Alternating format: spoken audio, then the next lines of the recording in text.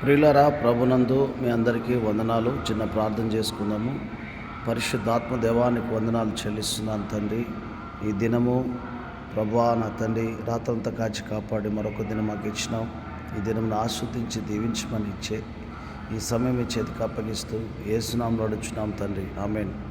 ప్రియులారా, యెషయా గ్రంథము 61వ అధ్యాయం 1-3వ వచనంలో ఈ ప్రపంచాన్ని సృష్టికర్త అయినటువంటి పరలోకపు తండ్రి తన ఏకైక కుమారుడైనటువంటి యేసుక్రీస్తు ప్రభుని సువార్త ప్రకటించడానికి మనిషికి దేవునికి మధ్యవర్తిగా పంపించాడు. యేసుక్రీస్తు ప్రభుని ఆ పరలోకపు తండ్రి అభిషేకించి ఆత్మనిచ్చి పాపము నుంచి, శాపము నుంచి, అనారోగ్యాల నుంచి, ఆధ్యాత్మికమైనటువంటి బంధకాల నుంచి, మానసికమైన ఒత్తిడి నుంచి, అన్ని రకాల జబ్బులను, అన్ని రకాల సమస్యలను, అన్ని రకాల ఒత్తిడిలను, ఆర్థిక ఇబ్బందులను విముక్తిని చేయడానికి యేసుక్రీస్తును పంపాడు. యేసుక్రీస్తు ప్రభు దగ్గర వచ్చి పాపము ఒప్పుకొని మనము యేసుక్రీస్తు నామంలో ప్రార్థన చేస్తే ఖచ్చితంగా అన్ని రకాల సమస్యలు చూపిస్తాడు.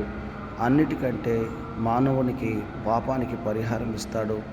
పాపానికి పరిహారం అంటే మనం చేసే తప్పులనికి పరిహారం కోసం యేసు ప్రభు కలువరి సిలువలో రక్తం చెందించాడు.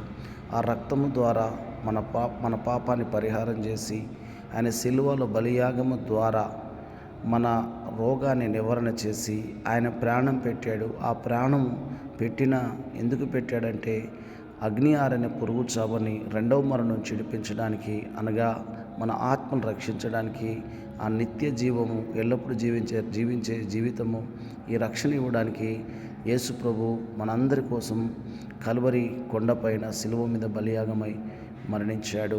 యేసు ప్రభు నామాన్ని విశ్వాసించి ప్రార్థిస్తే ఖచ్చితంగా విడుదల చేస్తాడు.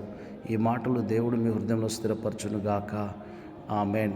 ఆర్జీఎం నిత్యజీవం యూట్యూబ్ ఛానల్ సబ్స్క్రైబ్ చేయండి, షేర్ చేయండి, లైక్ చేయండి. పరిశుద్ధాత్మ దేవుని సన్నిధికి రండి, దేవుడు దీవిస్తాడు. God bless you. ప్రభువానికి స్తోత్రం. ఈ మాటలు వారి హృదయంలో స్థిరపరచమని యేసు నామములో అడుగుచున్నాం తండ్రి, ఆమేన్.